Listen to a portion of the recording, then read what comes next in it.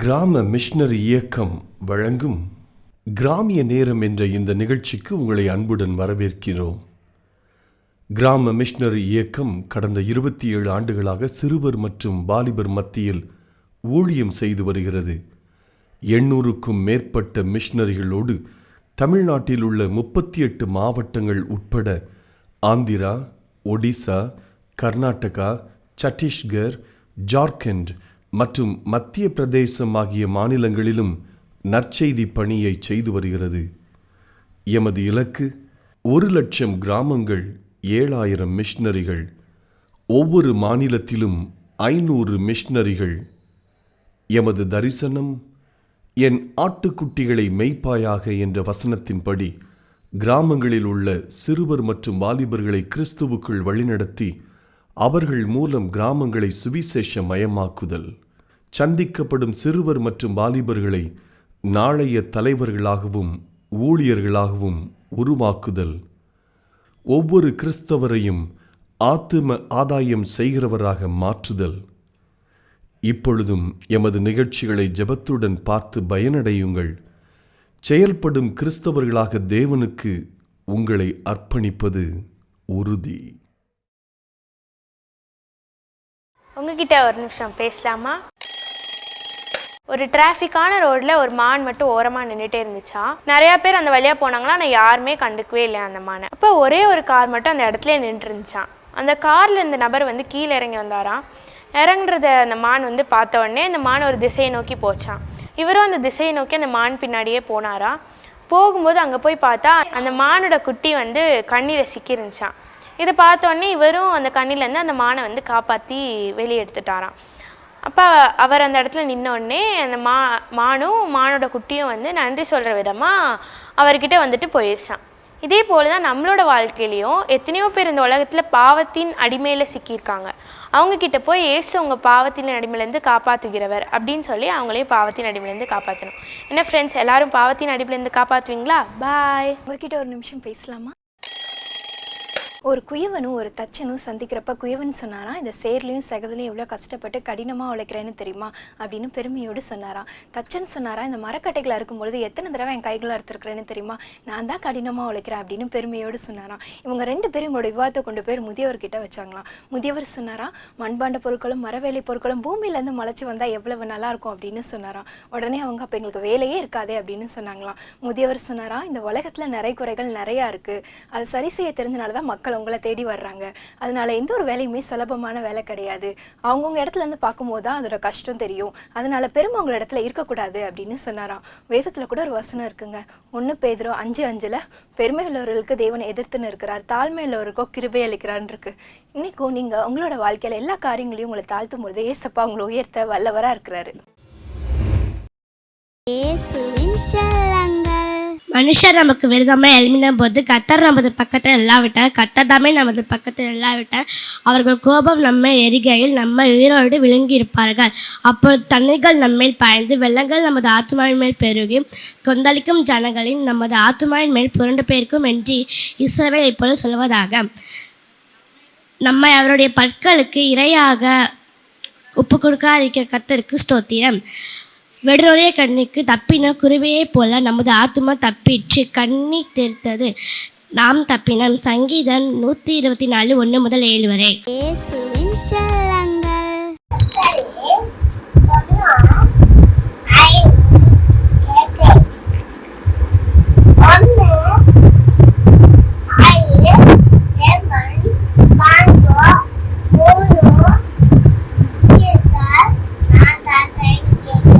எனக்கு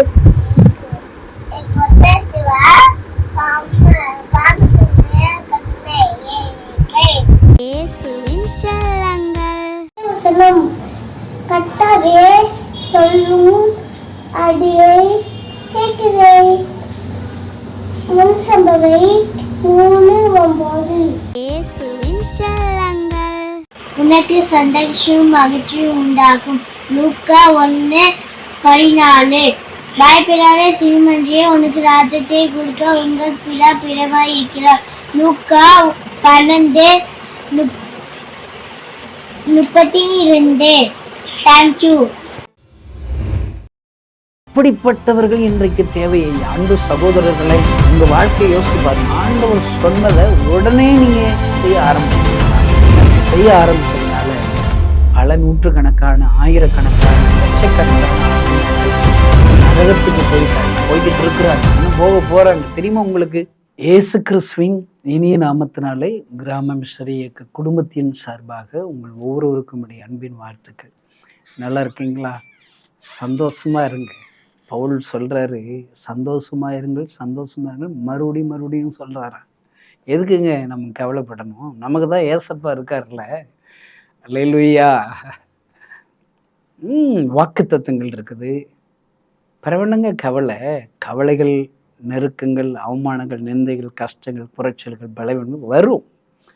நமக்கு தான் ஆண்டவர் இருக்கார்ல. அங்கே போய் சொன்னால் அவர் சரிப்படுத்தி விடுகிறார். அல்லேலூயா.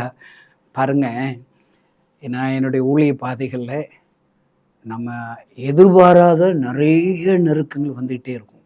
தேவைகள் வரும், குறைச்சல் வரும். அப்படியே களத்துன்னு இருக்கும். அப்படியே ஐயோ என்ன செய்ய போகிறோமோன்னு சொல்லி கவலைப்படுற நேரத்தில் எனக்குள்ளே இருக்கிற பரிசுத்தாவியை சொல்ல, நீ போ ஜெபம் பண்ணுறா, போய் ஜெபி, கொஞ்ச நேரம் ஜெபம் பண்ணு, நான் வர்றேன்னு சொல்லி ஒரு இடத்துல போய் கதவை மூடி ஒரு நிமிஷம் ஜெபிச்சிருக்கிறேங்க.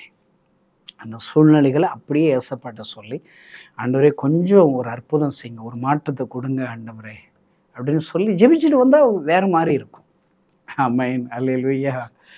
ஒன்றும் இல்லை, இப்போ நான் செய்தி கொடுக்க மேடையில் அமர்ந்திருப்பேன், செய்தியே வராது, கஷ்டமாக இருக்கும், கைகாலெலாம் நடுங்கும்.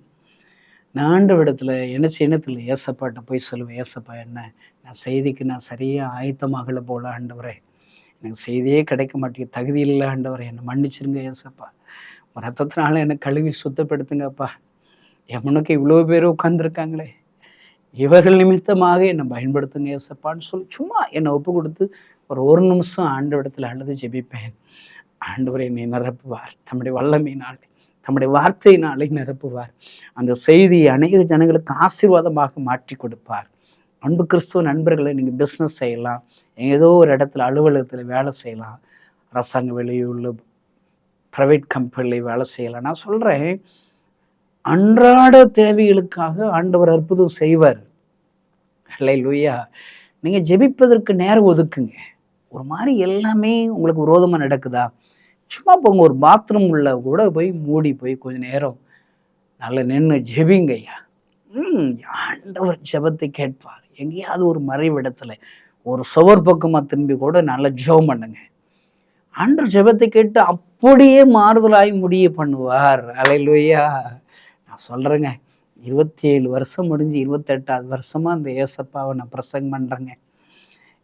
என் ஆண்டவர் ஜெபத்தை கேட்கிற தேவன், ஜெபத்திற்கு பதில் கொடுக்கிற தேவன். அல்லேலூயா. ஜெபிச்சு அற்புதத்தை நான் ருசி பார்த்துருக்குறேங்க. அன்பு கிறிஸ்துவ நண்பர்களை, நீங்களும் ஜெபியுங்கள், கர்த்தர் கட்டாயம் உங்களை ஆசீர்வதிப்பார். நாங்களும் ஜெபிக்கிறோம். அநேகர் ஜெப குறிப்புகளை அனுப்பி வைக்கிறீர்கள். அநேகர் தியாகத்தோடு கூட காணிக்கை அனுப்பி வைக்கிறீர்கள். எல்லாருக்காக நான் ஆண்டவரை துதிக்கிறேன், ஆண்டவருக்கு நன்றி செலுத்துகிறேன். இன்னும் எங்களுக்காக நீங்கள் ஜெபிக்க வேண்டிய ஜெப குறிப்பு என்ன தெரியுமா? நாங்கள் வைக்கிற ஆகஸ்ட் 15 அந்த வாலிபர் முகாமிற்காக ஜெபியுங்கள். அந்த வாலிபர் முகாம் முடிஞ்சு 25,000 கிராமங்களில் சுவிசேஷம் அறிவிக்க வேண்டும் என்று ஒரு இலக்கு வைக்கிறோம். அல்லேலூயா. இந்த கிறிஸ்மஸ்க்குள்ளாக 25,000 கிராமங்களில் சுவிசேஷம் அறிவிக்கணும்னு சொல்லி முடிவு செஞ்சுருக்கிறோம். போன வருஷம் உங்களுக்கு எல்லாருக்கும் தெரியும், 10,000 கிராமங்களில் சுவிசேஷம் அறிவிக்கணும்னு சொல்லி இலக்கு வச்சோம். ஆனால் 9,000 சொச்சம் ஒரு வேளை அவ்வளோதான் அறிவிக்க முடிஞ்சது. சுமார் ஒரு 900க்கு மேலே நம்ம அறிவிக்க முடியல. ஆனால் இந்த வருஷம் கொஞ்சம் நல்ல திட்டமிட்டு 25,000 கிராமங்களில் காஸ்பல் அறிவிக்கணும்னு சொல்லி முடிவு பண்ணியிருக்கோம்.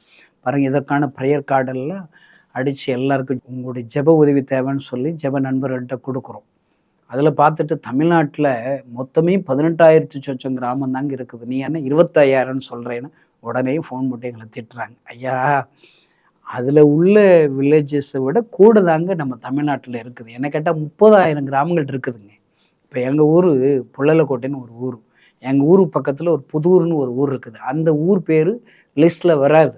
இது குக்கிராமங்கள் நிறைய இருக்குதுங்க. அல்லேலூயா. அருமையான தேவனுடைய பிள்ளைகளை, இந்த சுவிசேஷ அறிவிக்க வேண்டும் என்ற இந்த பெரிய திட்டத்திற்காகவும் நீங்கள் ஜெபிக்கணும். இன்னைக்கு ரொம்ப வேதனைங்க. நிறைய சபைகள் கைப்பிரதியை கொடுத்து தெரு பிரசங்கம் பண்ணி கிராமங்களில் சுவிசேஷம் அறிவிக்கணுங்கிறதே மறந்துட்டாங்க. நீங்கள் உங்கள் பகுதிகளில் யோசிச்சு பாருங்கள், யார் இந்த ஊழியங்களை செய்கிறாங்கன்னு சொல்லி. ஆண்டவர் இந்த பாரத்தை எனக்கும் எங்களுக்கும் ஆண்டவர் கொடுத்துருக்கிறார். 25,000 கிராம சுவிசேஷம் அறிவிக்கணும்னு சொல்லி நீங்கள் திட்டமிட்டிருக்கோம். அதற்காகவும் ஜெபியுங்கள்.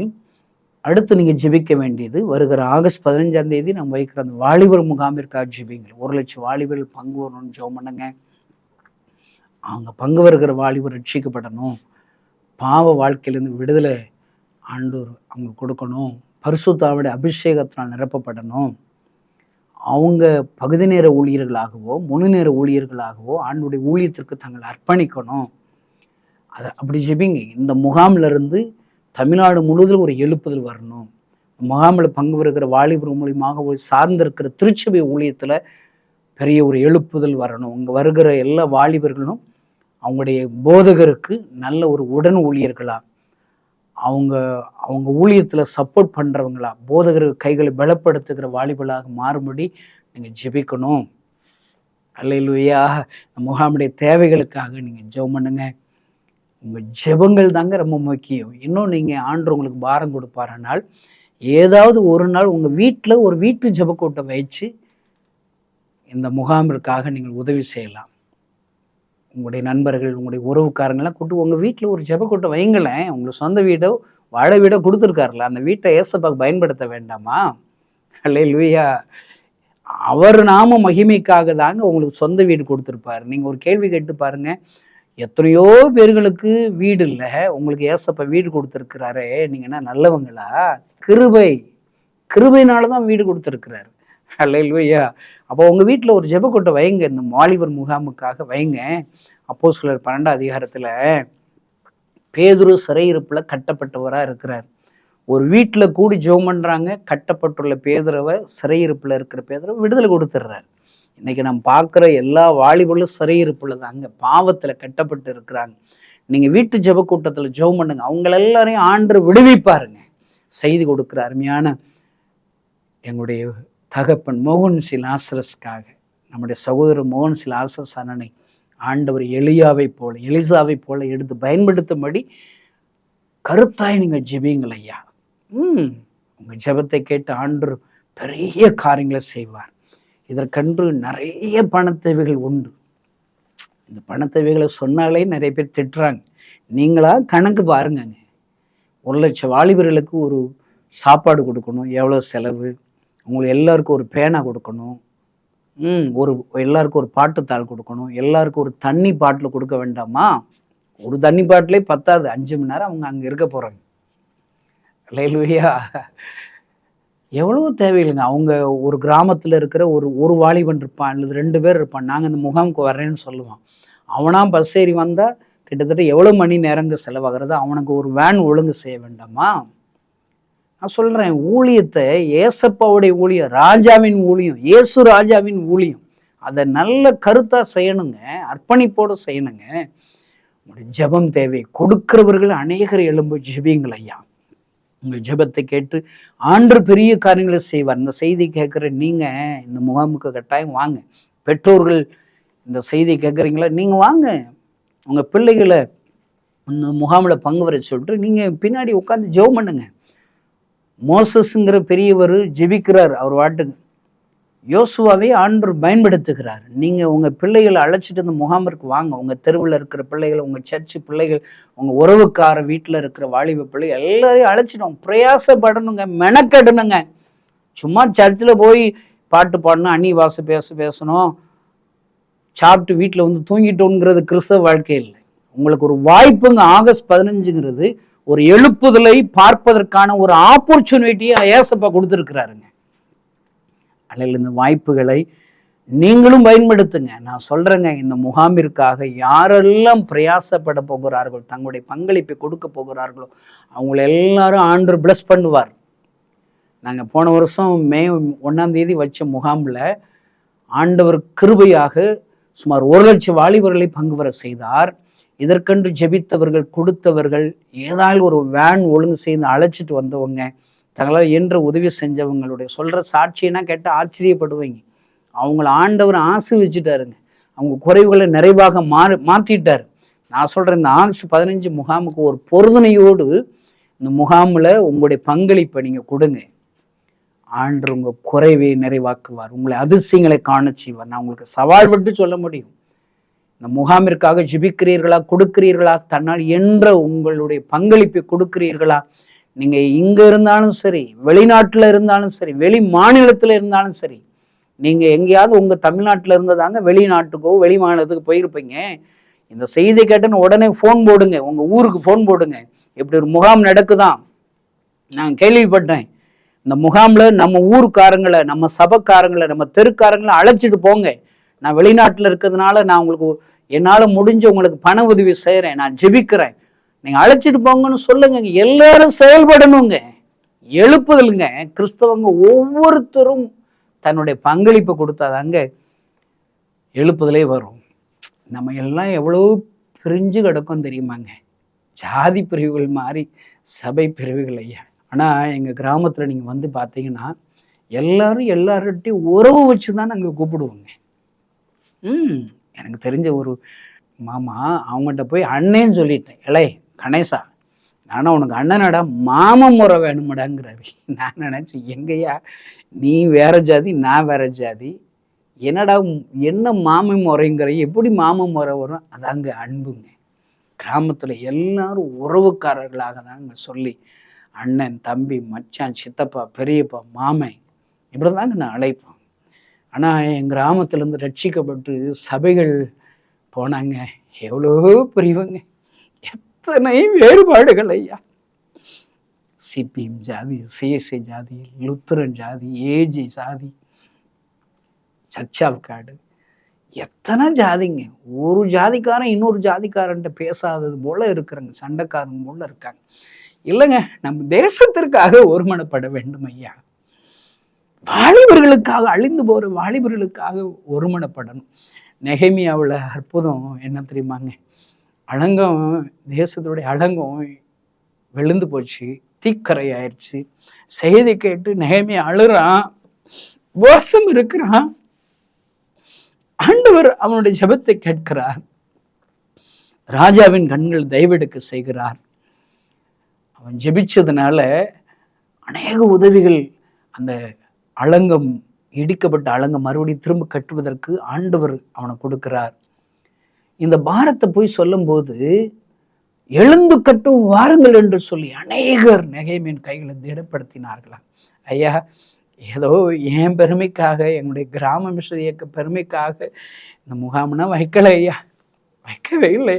இது ஏசப்பாவுக்காக வைக்கிறோம். இந்த ஊழிய எதற்காக தெரியுமா தொடங்கணும்? ஏசப்பா என் கண்ணீரை துடைத்தார். சாக கிடந்தங்க, 6 மாசத்துல செத்து போயிருவேன் டாக்டர் என்ன முன்குறிச்சிட்டாரு. இருதய வியாதினால எங்கே போனாலும் பிரயோஜனமே இல்லை, ஏறி இறங்காத இடமே இல்லை. சாகிற நிலைமையில் அந்த ஏசப்பாவிட்ட, கிறிஸ்தவங்க சாமிகிட்ட நம்ம ஜெபம் பண்ணுவோன்னு சொல்லி ஏசப்பாட்ட வந்து ஜெபம் பண்ணேன். ஏசப்பா எனக்கு சுகம் கொடுத்தாருங்க, என் கண்ணீரை துடைச்சாருங்க, அற்புதம் செஞ்சாருங்க. அல்லேலூயா. ஏசு என் கண்ணீரை துடைச்சிட்டாருன்னு கொஞ்ச நாள் சந்தோஷமா, கொஞ்ச நாள்ல அவரை நான் மறுதலிச்சிட்டேன். இயேசுதான் கடவுளுங்கிறதுக்கு என்ன நிச்சயம்னு சொல்லி அவர் மறுதலிச்சிட்டேன். மறுபடியும் நன்றி இல்லாத கிறிஸ்தவனா மாறிட்டேன். ஆனா ஏசப்பா என்னை தேடி வந்தாருங்க, எனக்கு முன்பாக தரிசனம் பண்ணார். உலகத்தில் உள்ள எல்லா ஜனங்களுக்காக அழுது கொண்டே இருக்கிற அந்த இயேசு என் கண்களை நான் தரிசித்தேன். என் காதுகளை நான் அப்படி அழுகிற சத்தத்தை நான் கேட்டேன். நான் அவரை பார்க்கும்போது அவர் இயேசுன்னே எனக்கு தெரியாதுங்க. உலகத்தில் உள்ள எல்லா ஜனங்களுக்காக அவர் அழுகிறார். ஜனங்களுடைய பாரத்தை சொல்லி சொல்லி அழுகிறார். ஐயோ, என்னால் படைக்கப்பட்ட என் ஜனங்களை இவளை ஆசீர்வதிக்க விரும்புகிறேன், சந்தோஷம் தர விரும்புகிறேன், சமாதானம் தர விரும்புகிறேன், வியாதிகளை சுகமாக்கும்படி விரும்புகிறேன். ஆனால் யாருமே என்கிட்ட வரமாட்டாங்களே, என்னாலே எல்லாமே எங்கே போகிறாங்களேன்னு சொல்லி அழுதுகிட்டே இருக்கிறாருங்க. என் கண்ணீரை தொடுத்த இயேசு கண்ணீரோடு உலகத்தில் உள்ள எல்லா ஜனங்களுக்கும் அழுது கொண்டே இருக்கிறாரா? நான் அவரை கண்ணீரை துடைக்கட்டும்னு சொல்லி என்னால் என்ற ஊழியத்தை செய்ய ஆரம்பிச்சு யாரும் எங்களை நிறைய பேர் குறை சொல்கிறாங்க. இல்லைங்க, எங்களுக்கும் என்ன செய்ய முடியுமோ ஏதாவது செய்யணும்னு செய்கிறேங்க. ஏன்னா என் கண்ணீரை தொடச்சி ஏசப்பா கண்ணீரோடு அழுகிறாருங்க. 27 வருஷமா என்னால் முடிஞ்ச ஊழியத்தை செய்கிறேங்க. நீங்கள் சொல்லலாம், நான் 27 வருஷமா நான் ஒரு தனி இவாஞ்சலிஸ்டாக இருந்திருக்கலாங்க, தனி ஒரு இண்டிபெண்டன்ட் ஊழியனாக இருந்திருக்கலாங்க. எனக்கு கொடுக்குற வர்ற காணிக்கைகளை நான் பகிர்ந்து கொடுக்கறதுனால தாங்க என்கிட்ட இப்போ 1000 மிஸ்டரிகள் இருக்கிறார்கள் ஐயா. ஏதோ சொத்து சேர்க்கறதுக்காக இந்த ஊழியத்துக்கு வரலங்க. எனக்கு கொடுக்குற வருகிற எல்லா ஆசீர்வாதங்கள், பணங்கள் எல்லாம் இயேசுவுக்காக நாங்கள் செலவழிக்கிறோம். என் கண்ணீரை துடைத்து ஏசப்போட கண்ணீரை துடைப்பதற்காக செலவழிக்கிறோம். அதனால தாங்க இவ்வளோ ஒளி நடக்குது. இந்த வாலிபர் முகாமை கூட ஏதோ பெருமைக்காக வைக்கல. ஏசப்பா கண்ணீரை துடைக்க. நீங்க வாலிபர்கள் பாவத்துல கட்டப்பட்டு இருக்கிறாங்க, எத்தனை காதல் வயப்பட்டு இருக்கிறாங்க, இவ்வளவு பெரிய வேதனைங்க. செல்போன்ல நேரத்தை செலவழிக்கிறாங்க. அவங்களெல்லாரையும் விடுவிக்க ஒன்றும் இல்லை, அவங்களெல்லாம் அதில் விடுதலை ஆகணும் இல்லை. நாம் அவங்களுக்கு அட்வைஸ் சொன்னால் கேட்குறாங்களா? ஏசப்பா தாங்க அவங்களை விடுதலை ஆக்கணும். ஏசப்போடைய அன்பு தான் அவளை விடுதலை ஆக்கும். பரிசுத்த ஆவியினுடைய வல்லமையினால் தான் அவர்கள் விடுவிக்கப்படுவார்கள். குமாரன் விடுதலையாக்கினால் மெய்யாகவே விடுதலை ஆவீர்கள். அதனால தாங்க இந்த முகாமிற்காக நீங்கள் ஆயத்தப்படுகிறோம். இதை கேட்கிற அருமை கிறிஸ்தவ நண்பர்களை நீங்கள் ஜெபியுங்களை, உங்களுடைய பங்களிப்பை சொல்லுங்கள், உங்களுடைய ஆலோசனைகளை எங்களுக்கு சொல்லித்தாங்க. கர்த்தர் உங்களை ஆசீர்வதிப்பார். அல்லேலூயா, ஆமென், ஆமென். பாருங்க, இன்றைக்கு உங்களோடு கூட பேசும்படி ஆண்டவருடைய சமூகத்தில் நான் ஜெபித்த போது ஆண்டவர் ஒரு வசனத்தை எனக்கு காண்பித்து கொடுத்தார். நான் உங்களுக்காக வாசிக்கிறேன், கவனியுங்கள். மத்தேயு 4ஆம் அதிகாரம் 19வது வசனம். என் பின்னே வாருங்கள், உங்களை மனுஷரை பிடிக்கிறவளாக்குவேன் என்றார். அல்லேலூயா. என்ன வார்த்தைங்க. ஒரு பிஸியா இருக்கிறாங்க அவங்க, மீன் பிடிக்கிறவங்க, அங்க வலைகளை பழுது பார்த்துக்கிட்டு இருக்கிறாங்க, அங்க உட்கார்ந்துக்கிட்டு இருக்கிற மீன் பிடிக்கிறக்கு ஆயத்தப்படுத்திட்டு இருக்கிறாங்க.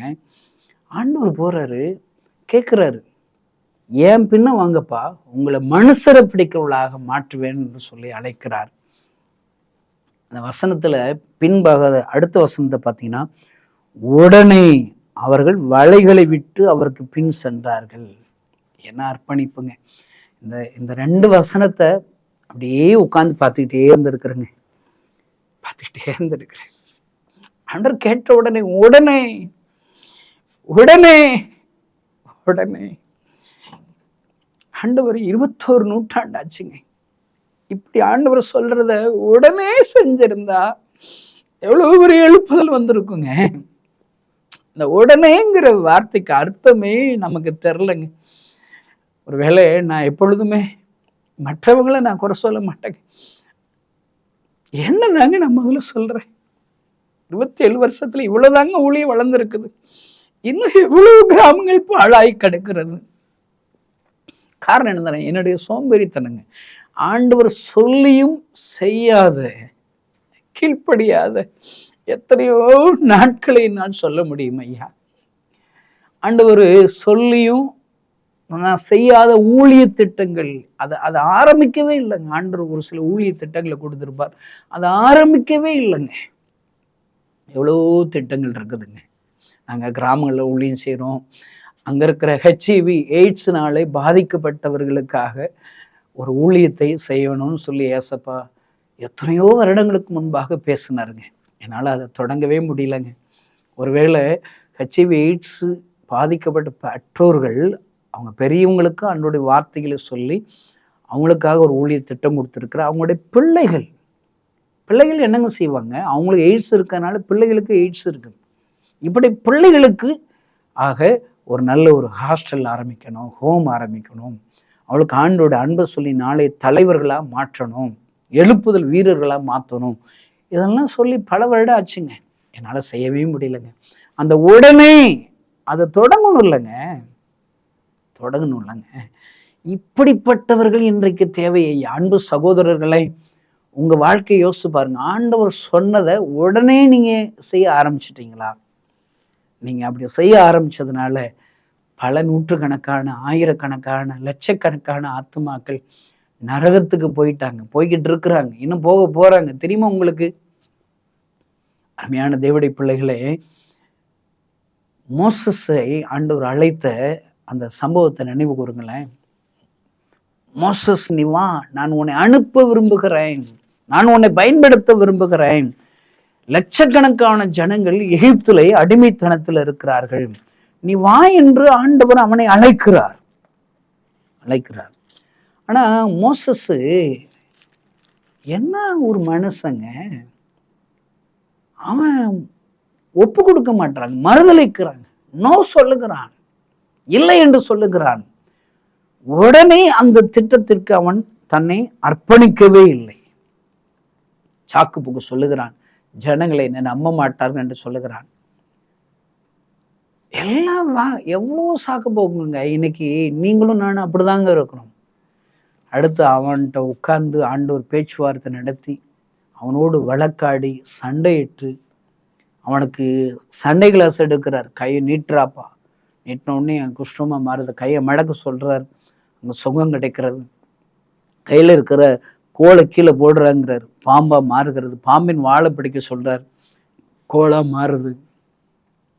நான் உன் கூட இருந்து இதே போல் அற்புதங்களை என்னால் செய்ய முடியும்பா, என்னை நம்புன்னு சொல்லி அவர் எவ்வளோ நேரம் மோசஸோடு கூட போராடுகிறார்.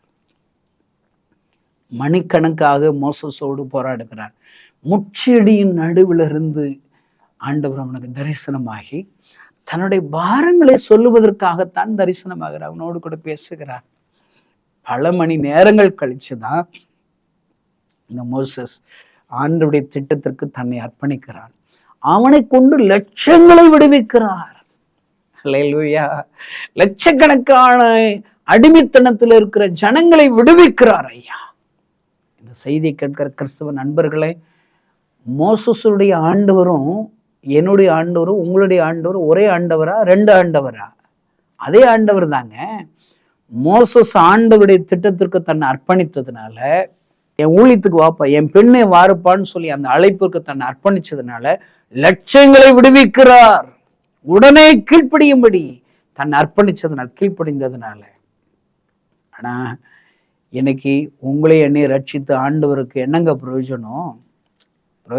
இன்னும் காலம் தாழ்த்துகிறோம், இன்னும் நான் கொஞ்சம் தகுதியாய்க்கிறேன், இன்னும் கொஞ்சம் பைபிள் வாசிக்கிறேன், இன்னும் நான் ஆண்டோடைய வல்லமையை பெற்றுக்கிறேன்னு சொல்லி சொல்லி பல ஆண்டுகள் ஆயிடுச்சுங்க. இங்கு போடப்பட்ட வார்த்தை உடனே. இப்போ ஆண்டவர் உங்களுக்கு ஒன்று சொல்றாருங்க, உடனே செய்யணும். இப்போ நீங்க இந்த செய்தி கேட்டுக்கிட்டு இருக்கும் போதே உங்க மனசுக்குள்ள ஒரு பாரத்தை வைக்கிறார, உடனே அதை செய்யுங்க. அல்லேலூயா. ஒருவேளை நீங்க இந்த வாலிபர் முகாம் 1,00,000 வாலிபர்ல கூட்ட போறோம்னு சொல்லி ஒரு பாரத்தை சொல்லுகிறோம், நீங்க உடனே நீங்க கிரியை செய்யணும். உடனே எனக்கு கூட ஃபோன் போட்டு பேசுங்கங்க. பிரதர் எங்களோடு பேசுனா நான் எங்க சர்ச்சில் இருந்து ஆளை கூட்டு வரேன், என் கிராமத்துல இருக்கிற வாலிபர்களை கூட்டு வரேன், என்னுடைய உறவுக்கார வாலிபர்களை கூட்டு வரேன். செயல்படணுங்க. நிறைய பேருங்க அந்த உடனேங்கிற சிந்தனையே இல்லைங்க. எல்லாரும் பரிசுத்த ஆவியினுடைய அபிஷேகத்தை பெறணும், அந்நிய பாஷையை பெறணுங்கிற ஆசையை படுறோம். ஆனா பரிசுத்தாவுடைய அபிஷேகத்தை பெற்று அந்நிய பாஷை பேசிட்டு என்ன செய்யணும்? அங்க என்ன தெரியுமா போட்டிருக்குது? உடனே பேதுரு எழும்பி பிரசங்கிக்க ஆரம்பிக்கிறான். ஏறக்குறை 3000 பேர்கள் ரட்சிக்கப்பட்டார்கள். இன்னைக்கு நம்ம பரிசுத்த ஆவியானவரை பெற்றுட்டோம், ஆனா உடனே செய்ய வேண்டிய அந்த பிரசங்க ஊழியத்தை நம்ம செய்ய மறுத்துட்டோம். வேற எப்படி எழுப்புதல் வரும்? அன்பு கிறிஸ்தவனை நான் அடிக்கடி கொஞ்சம் கோபமா சொல்லுவோம், அந்நியவாசி குப்பையில போட வேண்டியதான். நீ உண்மையா ரியலா ஒரு ஆண்டவருடைய அபிஷேகத்தை அந்நிய பாஷையும் நீ பெற்றிருந்தேன்னா, அந்நிய பாஷை எதுக்கு? சும்மா போய் லொலப்பண்ணி பேசிட்டு வர்றதுக்கு அந்நிய பாஷை, ஆவியில நிறையிறதுக்கு அந்நிய பாஷை, கைதட்டி ஆய்வன் பாடுறதுக்கு அந்நிய பாஷை. இதெல்லாம் நான் தப்பு சொல்லலைங்க. நானும் ஆவியில் நிறையினேன், நானும் அந்நிய பாஷை பேசுறேன். ஆனால் என்ன செய்யணும்? உடனே பேதுரு எழும்பி பிரசங்கித்தான். ஏறக்குறை 3000 பேர் ரட்சிக்கப்பட்டார்கள். அந்த முயற்சி என்னாச்சு? அந்த உடனே பேதுரு உடனே அவன் செயல்பட்டது உன்னுடைய வாழ்க்கையில இருக்கிறதா? அல்லேலூயா. பாருங்க, எலிசா ஏறு மாடுகளை வச்சு அவன் பாட்டுக்கு உழுதுகிட்டு ஒரு பெரிய விவசாயம் இருக்கிறான். அங்க எலியா வர்றார். உடனே அவர் அபிஷேகம் பண்றார் தன் ஸ்தானத்தில் ஆண்டோடைய வார்த்தையை கேட்டு. அவன் தாமதிக்கலைங்க. அவன் என்ன செஞ்சானா, அந்த மாடுகளை அடித்து அவன் அந்த கலப்பை அதெல்லாம் விறக வச்சு எல்லாருக்கும் விருந்து கொடுத்துட்டு ஏசப்பா என்னை ஊழியத்துக்கு அழைக்கிறார், என்னை கூப்பிடுறாருன்னு சொல்லி உடனே வந்துட்டாங்க. இன்னைக்கு அப்படிப்பட்ட எலிசாக்கள் இன்றைக்கு ஆண்டவருக்கு தேவை ஐயா. நான் சொல்றேங்க, ஆபிரகாம் ஆண்டவர் அழைக்கிறார், ஊழியத்துக்கு அழைச்ச உடனே அவன் WH ஒரு வார்த்தை கேள்வியே கேட்கலங்க. வாட், வென், விச், ஹவு, எதுவுமே கேட்கல, எதுவுமே கேட்கல. இன்றைக்கு ஆண்டவர் அப்படிப்பட்ட அர்ப்பணிக்கப்பட்டவர்களை ஆண்டவர் தேடுகிறார் ஐயா. உடனே செயல்படுகிறவர்கள். ஒன்றும் இல்லைங்க, நான் உங்களுக்கு ஒரு காரியம் சொல்றேன். இப்போ உங்க முன்னுக்க உங்க உறவுக்காரர்கள், உங்க குடும்பத்தில் இருக்கிற ஒருத்தர் தீப்பிடிச்சு எரிஞ்சுக்கிட்டு இருக்காங்க. ஐயோ அம்மான்னு கத்துறாங்க, உதவி உதவி செய்யுங்க, ஏதாவது உதவி செய்யுன்னு சொல்றாங்க. நீ என்ன செய்வ? இப்படி கை கட்டிட்டு அப்படியே நின்றுட்டு இருப்பீங்களா? பார்க்கலாம், ஐயோ பாவம் ரொம்ப அழுறாங்க, என்ன செய்ய, நமக்கு தான் அழைப்பு இல்லை. அது தீயணைப்பு கடையில் தீயணைப்பு வீரர்களில் வரணும், ஃபயர் சர்வீஸ்க்கு ஃபோன் அடிச்சு வரணும், ஏன் லேட்டாக இருந்தால அவங்கள குறை சொல்லிட்டு இருப்போம். மடப்பயல்கள் உடனே வரமாட்டுறாங்களேன்னு சொல்லி அவங்கள வஞ்சிக்கிட்டு, ஐயோ உனக்கு என்ன செய்ய முடியுமோ அதை செய்யா. சில பேர் ஆராய்ஞ்சிக்கிட்டு இருப்பாங்க, இது இந்த தீ என்ன இதனால எரியுது, அநேகமாக மண்ணெண்ணெயில் எரியுதோ, வாடை அப்படி தான் இருக்குது. நோ மண்ணெண்ணெயில் எரியுது, பெட்ரோல் வாடை தெரியுதுல்ல, இல்லை டீசல் வாடை. இப்படியே கன்சல்ட் பண்ணிக்கிட்டு இருக்கோங்க. இன்னும் சொல்லுவேன், இந்த தீயை பல முறைகளை அணைக்கலாம். எப்படி அணைக்கலாம்? திடீர்னு தண்ணிக்குள்ளே தள்ளி விடலாம், இல்லை சாக்கை வச்சு அப்படியே அவங்கள மூடிக்கொள்ளலாம், தீ அணையும். இதெல்லாம் ஒரு டிஸ்கஷன் வேறு. இந்த டிஸ்கஷனில் சில பேர் ஹீப்ரு மொழியில் தீ அணைப்பது எப்படின்னா அதுக்கு ஒரு பெரிய லெக்சரிங் பாடத்தை படிப்பாங்க. தீ அணைப்பது எப்படிங்கிறத நான் தமிழில் படித்தா போதாது, நான் ஹீப்ரு மொழியில் அதை போய் படிக்க போகிறேன்னு சொல்லி அங்கே போயிடுவாங்க. நான் சொல்கிறேன், எதுவுமே கிடையாது, விடுங்கங்க, எதையாவது செஞ்சு தொலைங்க, என்னத்தையாவது படிங்கங்க. நிறைய பேர் அதை படிக்கிறேன் இதை படிக்கிறேன், இன்னும் வல்லமே படுறேன், இன்னும் அதை செய்கிறேன் இதை செய்யணும், ஒன்றும் நடக்கலைங்க தேசத்தில். இன்னைக்கு ஆண்டவர் இந்த செய்தியை கேட்கிற உங்களிடத்துல எதிர்பார்க்கிற காரியம், என் பெண்ணே வாருங்கள், நான் உங்களை மனிதர்களை பிடிக்கிறவர்களாக ஆக்குவேன். சீசர்களை ஆண்டவர் அழைக்கிறார். உடனே சொல்லுவாங்க, என்னையனா முழு நேர ஊழியத்துக்கு அழைச்சாரு. நான் சொல்றேன், பைபிளில் முழு நேர ஊழியர் பகுதி நேர ஊழியர் பிரிவே கிடையாது, எல்லாரும் ஊழியம் செய்யணும். பிலிப்பு அவர் என்ன சமையல் வேலைக்குன்னு அழைக்கப்பட்டார், அவர் ஊழியம் செய்யலையா? அவரால் ஒரு பட்டணம் முழுவதிலும் சந்தோஷம் உண்டாகிறது. அப்போஸ்தலர் 8:8 வாசித்து பாருங்க. அல்லேலூயா! எத்தனை திமிர்வாதக்காரர்கள் ஆண்டவர் பிலிப்பை கொண்டு எழுந்திருத்து நடக்கிறார்கள், அற்புத அடையாளங்கள் செய்கிறார், பிசாசின் பிடிகளை ஆண்டு விடுதலையாக்குறார். அன்பு கிறிஸ்துவ நண்பர்களே, இன்றைக்கு ஆண்டு உங்களோடு கூட பேசுகிறார். இயேசு உன்னை பார்த்து அழைக்கிறார், என் பெண்ணே வா, மகனே மகளே, நான் உன்னை மனிதர்களை பிடித்துக்களாக ஆக்குவேன். உடனே கீழ்ப்படிந்தார்கள். நீங்க பாருங்களேன், அது ஒரு உடனே. 20வது வசனத்துல ஒரு உடனே இருக்குது. 22வது வசனத்துல பாருங்க, சில பேர் 2 சகோதரர்கள், அவங்க யாக்கோபும் யோவானும் தங்கள் தகப்பன் செபதேயுவுடனே அங்க வலைகளை பழுது பார்த்து கொண்டிருக்கிற போது அங்க போறார். இதே மாதிரி அவளை அழைக்கிறார், என் பெண்ணை வாருங்கள், உங்களை மனிதர்களை பிடிக்கிறவளை ஆக்குவேன். பாருங்க 22 வசனத்துல என்ன பண்ற, உடனே அவர்கள் படவையும் தங்கள் தகப்பனை விட்டு அவருக்கு பின் சென்றார்கள். அருமை கிறிஸ்தவ நண்பர்களே, இது ஒரு எழுப்புதலின் காலங்கள். ஆண்டவர் துரிதமாக செயல்பட விரும்புகிறார். உடனே என் ஆண்டவருக்கு ஏதாயிலும் செய்யும்படி விரும்புகிறார். நீங்க உடனே ஜெபிக்க ஆரம்பிங்க, உடனே உங்களுடைய பங்களிப்பை கொடுக்க ஆரம்பிங்க. உங்களால என்ன செய்ய முடியுமோ அதை செய்யுங்க. கோலியாத்து முன்னாடி இருக்கிற ஆண்டவர் நாம் தூசிக்கப்படுகிறது. அங்க யோசிக்கிறதுக்கு நேரம் கிடையாது. இன்னைக்கு இருக்கிற தமிழ்நாட்டு கிறிஸ்தவங்களை அந்த தாவீது இருக்கிற நிலைமையில வச்சிருந்தா அவன் என்ன செய்யணும்பா, எங்க அப்பாட்ட போய் கேட்டுட்டு வர்றேன், எங்க அப்பா சும்மா தான் என்னை அனுப்பி விட்டார், நான் கூட சண்டை போடலாமா போடக்கூடாதா, நான் போய் எங்க அப்பாட்ட விசாரிச்சுட்டு வர்றேன்மா. இல்லை ஆண்டவடத்துல ஒரு 40 நாள் உபவாசம் இருந்து ஜெபிச்சுட்டு வரேன், இந்த கோலியாத்து கூட சண்டை போடலாமா வேண்டாமா, இல்லை எனக்கு கொஞ்சம் அவனுக்கு இருக்கிற திறமைகள்லாம் இல்லை, நான் 1 வருஷம் பயிற்சி எடுக்க போகிறேன், சண்டை போடுறது கோலியாத்தோடு சண்டை போடுறது எப்படின்னு நல்ல ட்ரைனிங் எடுக்கிறேன், எப்படி அருவாளை பிடிக்கணும்னு சண்டை போட போகிறேன். இல்லை என்ன செய்யணும், இந்த சண்டை போடும்போது எப்படி ட்ரெஸ் பண்ணணும், பல பேர் ட்ரெஸ்ஸில் தான் நோக்கமாக இருக்கான், அழகுபடுத்துறதுல நோக்கமாக இருக்கான்.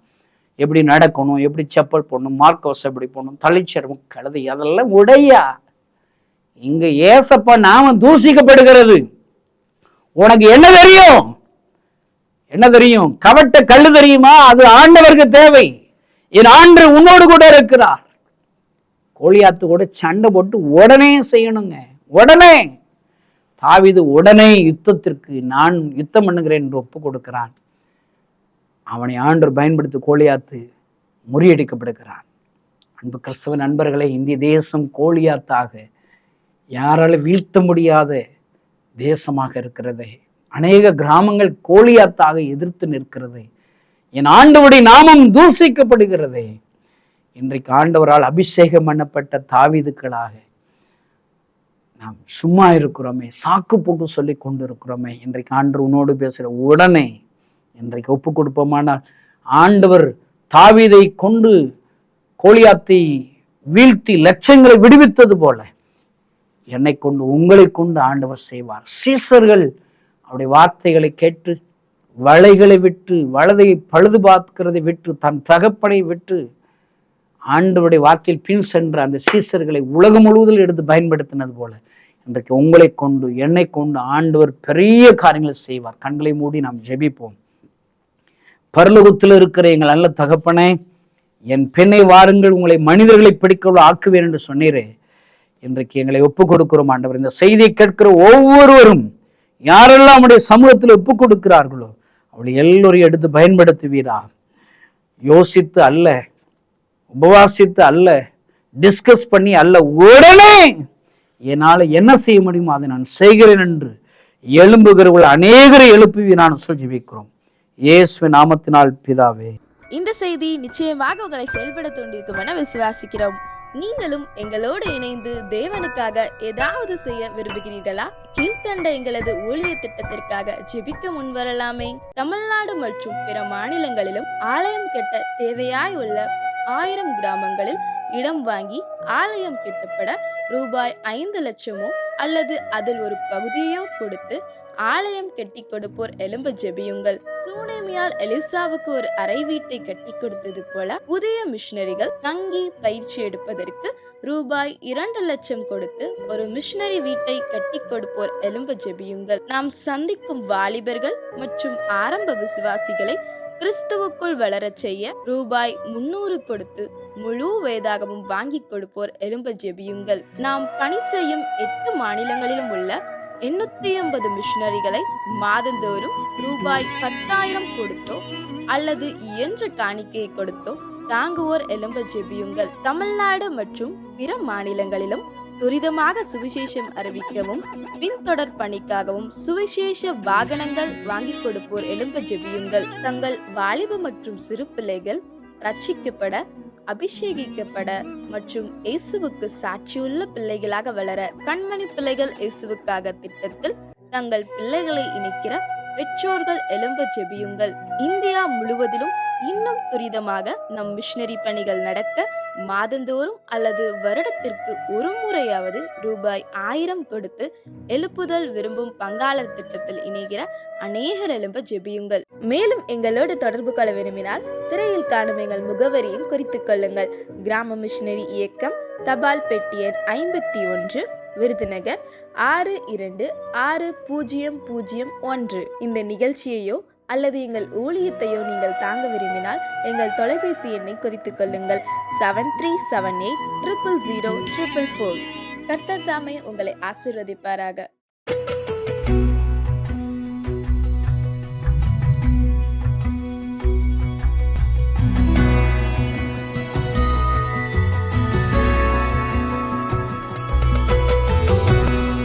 ஆண்டவராகிய இயேசு கிறிஸ்துவின் நாமத்தில் என் அன்பின் வாழ்த்துக்களை தெரிவித்துக் கொள்கிறேன். என்னுடைய பேர் சிவா. நான் இப்போ உயிரோடு இருக்கிறேன் அப்படின்னா அது ஆண்டவருடைய கிருபை.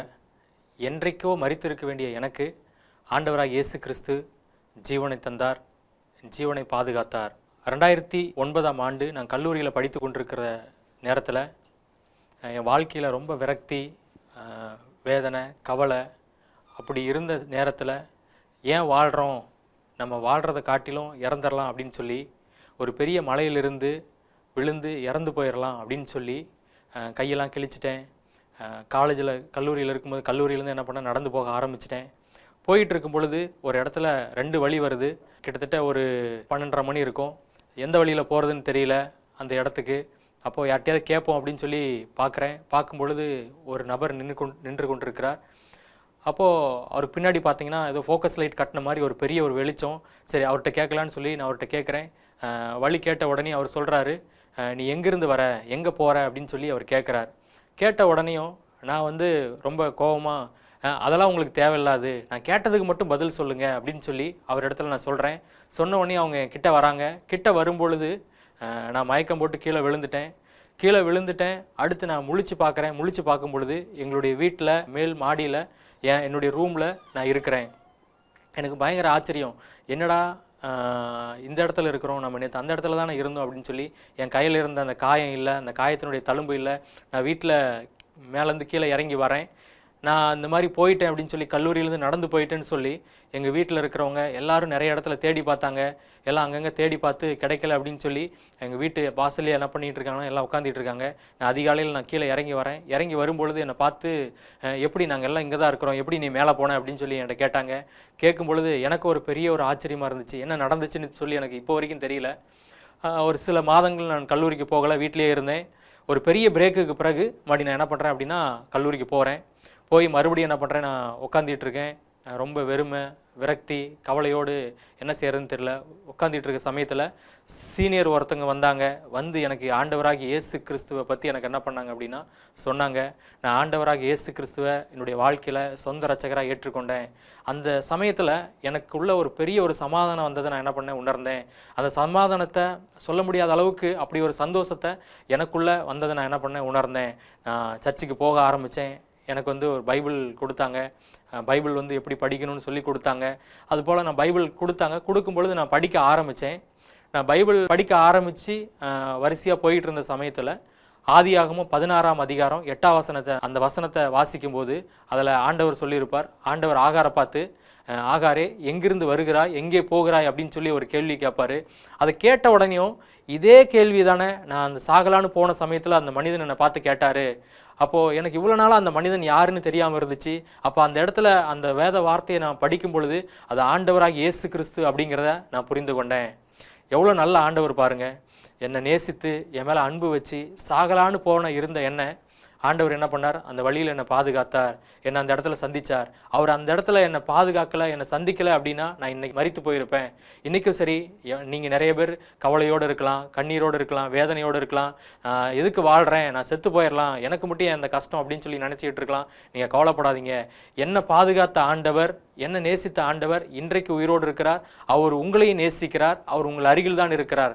அந்த ஆண்டவரை நீங்கள் ஏசப்பா எனக்கு சமாதானத்தை தாங்கன்னு சொல்லி கேளுங்க. நிச்சயமா ஆண்டவர் என்ன பண்ணுவார், உங்களையும் ஆசீர்வதிப்பார். ஆமேன்.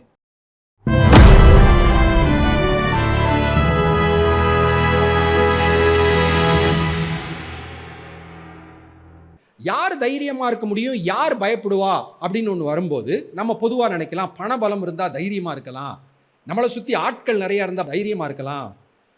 சிலர் என்ன சொல்லுவாங்க, எனக்கெல்லாம் சொந்த பந்தங்கள் நெருங்கிய நண்பர்களே இல்லை, அதை நினச்சி பயந்துக்கிட்டே இருப்பாங்க. ஒரு சிலர் அவங்க நினப்பு என்ன, நெருங்கிய சொந்தங்கள் நண்பர்கள் இருந்தால் நம்மளை பார்த்துக்கிடுவாங்கன்னு. அப்படி இருந்தாலும் பார்த்துக்கிட மாட்டாங்கங்கிறது அவங்களுக்கு தெரியாது. நான் சொல்கிறேன், உங்களுக்கு புரியுதில்ல?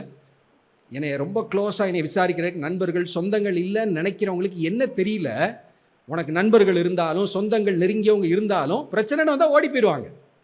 இந்த உண்மை இதெல்லாம் பைபிள் படிக்கும் போது தான் நமக்கு தெரியுது. ஒரு மனிதனுடைய தைரியம் எங்கே இருக்கிறது, ஒரு மனுஷன் எங்கே நிம்மதியாக இருக்க முடியும் அப்படின்னு சொல்லி ஒரு வசனத்தை உங்களுக்கு வாசிக்கிறேன்.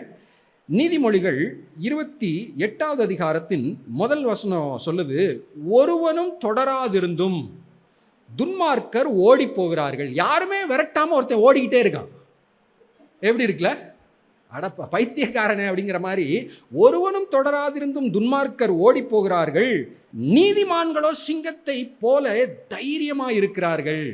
வாழ்க்கையின் தைரியம் எங்கே வருகிறது? ஒரு மனிதனுடைய போல்ட்னஸ், எதை பார்த்தும் பயப்படாமல் இருக்கிற தன்மை எங்கே வருகிறது? த இன்னர் கேரக்டர், நீதிமான். இன்னொரு வார்த்தையில் அந்த நீதிமான் யார்? ஒருத்தரும் நீதிமான் இல்லைன்னு பைபிள் சொல்லுதே. உலகத்தில் எல்லாருமே பயந்தாங்கோழிகள் தான். ஆனால் இயேசுவின் இரத்தத்தினால் கழுவப்பட்ட நீதிமான்களாக மாறி இருக்கிற நாம், பரிசுத்தத்தை தேடுகிற நாம், வாழ்க்கையில் குறைகள் இருந்தால் ஒவ்வொரு நாளும் தேவனிடத்தில் சரிப்படுத்தி இருக்கிற நாம் நம்மை போல சிங்கத்தை போல தைரியமா இருக்கிற இந்த உலகத்துல யாருமே கிடையாது. அல்லேலூயா. வாழ்க்கையின் தைரியம், கான்ஃபிடன்ஸ், எனக்கு யார் இருக்கா, எனக்கு என்ன இருக்கு, என்னை சுத்தி யார் என்னை பாதுகாக்கிறா, அதுல இல்ல, எனக்கு இது இல்லை அது இல்லை, அதனால நான் பிரச்சனையில் இருக்கிறேன், நான் பயந்துட்டு இருக்கிறேன், இல்லவே இல்லை. தேவன் என்னோடு இருக்கிறார், கர்த்தர் என் வலது பார்சத்தில் இருக்கிறார், என்னுடைய உள்ளான மனிதன் எப்படி இருக்கிறான், இதுதான் நான் பயந்து வாழ போறேனா தைரியமா வாழ போகிறேனா என்பதை நிர்ணயிக்கிற ஒன்றாய் இருக்கிறது.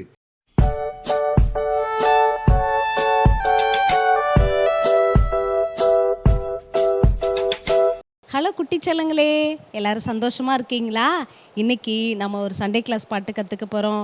உங்களுக்கு பாட்டு ஆக்ஷன்னா ரொம்ப ரொம்ப பிடிக்கும்ல? ஆமாம், இன்றைக்கி ஒரு புது சாங் கற்றுக்கிற போகிறோம். ஒருவேளை நீங்கள் முன்னாடி கேட்டிருந்துருக்கலாம், ஒருவேளை நீங்கள் மறந்துருப்பீங்கன்னு நினைக்கிறேன். திரும்பவும் இந்த பாட்டை நீங்கள் கற்றுக்க போகிறீங்க. என்ன பாட்டுன்னு தானே நினைக்கிறீங்க? ஏசப்பாவுக்கு நான் செய்கிற ஒவ்வொரு செயல்களும் பிரியமானதாக இருக்கணும் அப்படிங்கிற பாட்டை தான் இன்றைக்கி நம்ம கற்றுக்கிற போகிறோம். எப்படிக்கா அப்படி பிரியப்படுத்த முடியும்? ஏசப்பா நான் செய்கிற ஒவ்வொரு காரியத்தின் மூலம் சந்தோஷப்படுவாங்களா அப்படின்னு சொல்லி தானே நீங்கள் கேட்குறீங்க. ஆமாம் குட்டீஸ், நீங்கள் பொய் சொல்லாமல், நீங்கள் நல்ல பிள்ளைங்களா, உண்மை பேசுகிற பிள்ளைங்களா, மற்றவங்களுக்கு உதவி செய்கிறவங்களா, நன்மையெல்லாம் நம்ம செய்வோம்ல, அதையெல்லாம் ஏசப்பா பார்த்து ரொம்ப சந்தோஷப்படுவாங்க. தீமையான காரியத்தை செய்யும்போது ஏசப்பா துக்கப்படுவாங்க. அப்போ நம்மளோட நல்ல செயல்கள் ஏசப்பாவை சந்தோஷப்படுத்தும். ஓகேவா குட்டீஸ்? இப்போ புரிஞ்சிருச்சா? அப்போ டெய்லி நான் தீமையான காரியத்தை செய்யாதபடி என்னை காத்துக்கொள்ளுங்க ஏசப்பா அப்படின்னு சொல்லி நீ ஜெபம் பண்ணிட்டு நல்ல காரியத்தை நீ செஞ்சனா ஏசப்பாவை நீ பிரியப்படுத்த முடியும். அதுதான் இந்த பாட்டு சொல்லுது. ஓகேவா? அக்கா 2 பேரும் ஒரு தடவை அந்த பாட்டை பாடுறோம். அடுத்து சூப்பராக நம்ம எல்லாரும் சேர்ந்து ஆக்ஷன் பண்ண போகிறோம். சரியா? இயேசுவுக்கு பிரியம், இயேசுவுக்கு பிரியம் எந்த நல்ல செயல்களே, இயேசுவுக்கு பிரியம், இயேசுவுக்கு பிரியம் எந்த நல்ல செயல்களே, அதை நான் செய்வேனே செய்வேனே முழு மனதால், அதை நான் செய்வேனே செய்வேனே முழு பலத்தால், இயேசு என்னை நடத்துவார், இயேசு என்னை உயர்த்துவார், இயேசு என்னை நடத்துவார், இயேசு என்னை உயர்த்துவார். அக்கா, அப்போ ஏசப்பாக்காக நம்ம என்ன செஞ்சாலும் அது முழு இருதயத்தோட முழு பலத்தோட செய்யணும், அப்படி தானக்கா அந்த பாட்டு சொல்லுது? ஆமாக்கா, ஏசப்பாவுக்கு நம்ம முழு இருதயத்தோடும் முழு பலத்தோடையும் என்ன காரியத்தை செஞ்சாலும் ஏசப்பா நம்மளை உயர்த்தி வச்சு நிறைய பேருக்கு ஆசீர்வாதமாக மாற்றிடுவாங்கக்கா. சூப்பர்க்கா, நம்ம மேலேயும் பிரியமாக இருப்பாங்க, அப்படி தானே? கண்டிப்பாக்கா. சூப்பர். ஓகே குட்டீஸ், இதுக்கு ஆக்ஷன் கற்றுக்கலாமா? இயேசுவுக்கு பிரியம், இயேசுவுக்கு பிரியம் எந்த நல்ல செயல்களே, இயேசுவுக்கு பிரியம், இயேசுவுக்கு பிரியம் எந்த நல்ல செயல்களே, அதை நான் செய்வேனே செய்வேனே முழு மனதால், அதை நான் செய்வேனே செய்வேனே முழு பலத்தால், இயேசு என்னை நடத்துவார், இயேசு என்னை உயர்த்துவார், இயேசு என்னை நடத்துவார், இயேசு என்னை உயர்த்துவார். என்ன குட்டீஸ், ஆக்ஷன் உங்களுக்கு ரொம்ப பிடிச்சிருக்கா? நீங்களும் ஏசப்பாவுக்காக எதை செஞ்சாலும் முழு இருதயத்தோட முழு மனசோட நீங்கள் செய்யும்போது ஏசப்பா நிச்சயமாக உங்களை உயர்த்துவாங்க. ஓகேவா? ஓகே, பாய்.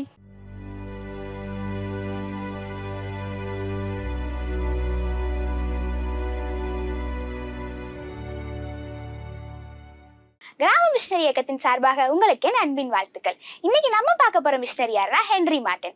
ஹென்றி மார்ட்டின் இங்கிலாந்து தேசத்துல இருக்கிற ஒரு கிறிஸ்தவ குடும்பத்துல பிறந்தாரு. அது ஒரு நல்ல வசதியான குடும்பமா தான் இருந்துச்சு. அவங்க வீட்டுல வேத வாசிப்பும் ஜெபமும் எவ்வளவு முக்கியங்கிறத தினமும் சொல்லி கொடுத்தாங்க. அவர் பள்ளி படிப்பை முடிச்சுட்டு கேம்பிரிட்ஜ் யூனிவர்சிட்டியில படிச்சாரு.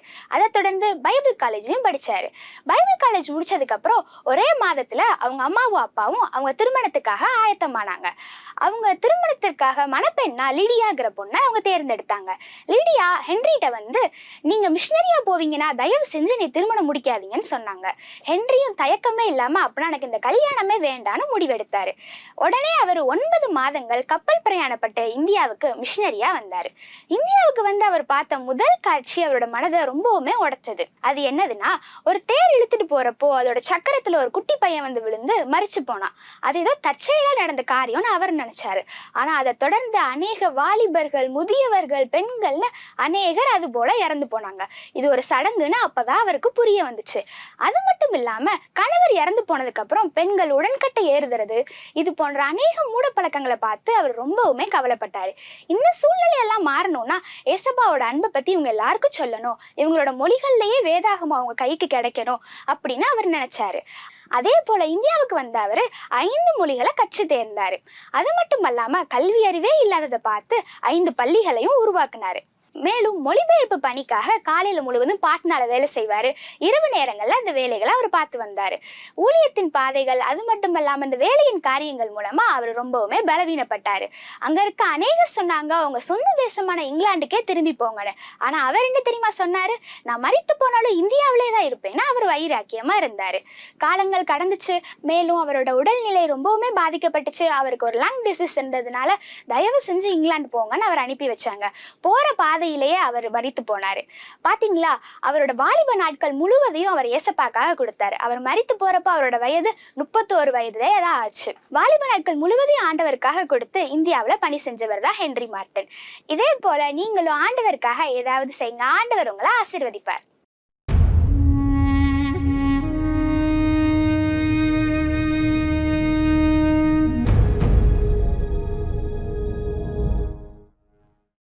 ஹலோ ஃப்ரெண்ட்ஸ், நல்லா இருக்கீங்களா? கதைனா உங்களுக்கு ரொம்ப தானே பிடிக்கும். நான் இப்போ ஒரு கதை சொல்ல போகிறேன், கேட்போமா? ஒரு ஸ்கூலில் ஆண்டு விழா நடந்துச்சான். எல்லாரும் கலர் கலராக ட்ரெஸ் போட்டுட்டு வந்தாங்களாம். உங்கள் ஸ்கூலில் ஆண்டு விழா நடந்திருக்கா? நீங்கள் அதை சேர்ந்துருக்கீங்களா? நான்லாம் ஆண்டு விழாவில் சேர்ந்துருக்கேன். அந்த ஸ்கூலில் ஆண்டு விழா நடந்தது ஒரு கதை கேட்போமா? அந்த ஆண்டு விழாவில் சீபஸாக ஒரு அங்கிள் வந்தாங்களாம். அவங்க பேர் சார்லஸ். அவங்க பிஸ்னஸ் பண்ணிட்டு இருந்தாங்களாம். அந்த ஆண்டுகளில் அவங்க நிறையா விஷயத்தை பற்றி சொன்னாங்களாம். அந்த அங்கிள் ஸ்டூடெண்ட்ஸை பார்த்து ஏழை, பணக்காரங்க, உயர்ந்தவங்க, தாழ்ந்தவங்க, இங்கே எல்லாரும் ஒற்றுமையாக இருக்கணும் அப்படின்னு சொன்னாங்களாம்.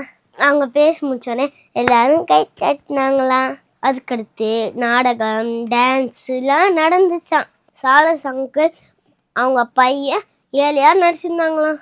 அவங்க வீட்டில் வேலை பார்க்கும் பையனோட ட்ரெஸ்ஸை கொடுத்துருந்தாங்களாம். அந்த வேலைக்காரன் பையன் சார்லஸ் அங்கிளோட பையன் ட்ரெஸ்ஸாக போட்டிருந்தாங்களாம். உனக்கோர பையனை நடிச்சிடும். இந்த பார்த்த சார்லஸ் அங்கிளுக்கு ரொம்ப கோவம் வந்துருச்சான். உடனே அவங்க சேர்லேருந்து டக்குன்னு எந்திரிச்சாராம். இந்த பார்த்துட்டு இருந்த ஸ்டூடெண்ட்ஸ், இப்போதான் அங்கிள் எங்களுக்கு சொன்னீங்க சமமாக நடத்தணும்னு, நீங்களே எப்படி பண்ணுறீங்க? இதெல்லாம் கேட்டோன்னே சார்லஸ் அங்கிளுக்கு நம்ம செஞ்ச தப்புன்னு நினச்சாங்களாம். அன்னைக்குலேருந்து வேலைக்காரன் பையனுக்கு அவங்க பையன் மாதிரி நடிச்சாங்களாம்.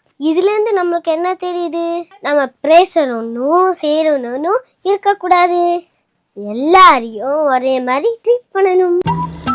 நாகர்கோவில் பகுதியில் உள்ள தேவ பிள்ளைகளே, உங்கள் பகுதியில் புதியதாக திறக்கப்பட்டுள்ள கிராம ஆசீர்வாத ஜெப மையத்தை பயன்படுத்தி ஆசீர்வதிக்கப்பட உங்களை அன்புடன் அழைக்கிறோம்.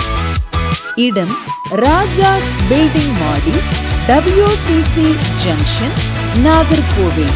செயல்படும் நேரம் காலை 10 மணி முதல் மாலை 5 மணி வரை. தினமும் காலை 10 மணி அளவில் தேசத்திற்காக ஜெபம் நடைபெறும்.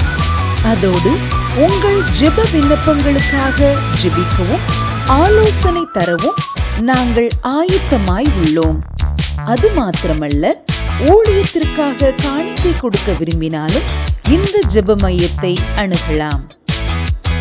மேலும் விவரங்களை அறிய தொடர்பு கொள்ள வேண்டிய தொலைபேசி எண் 8838402959.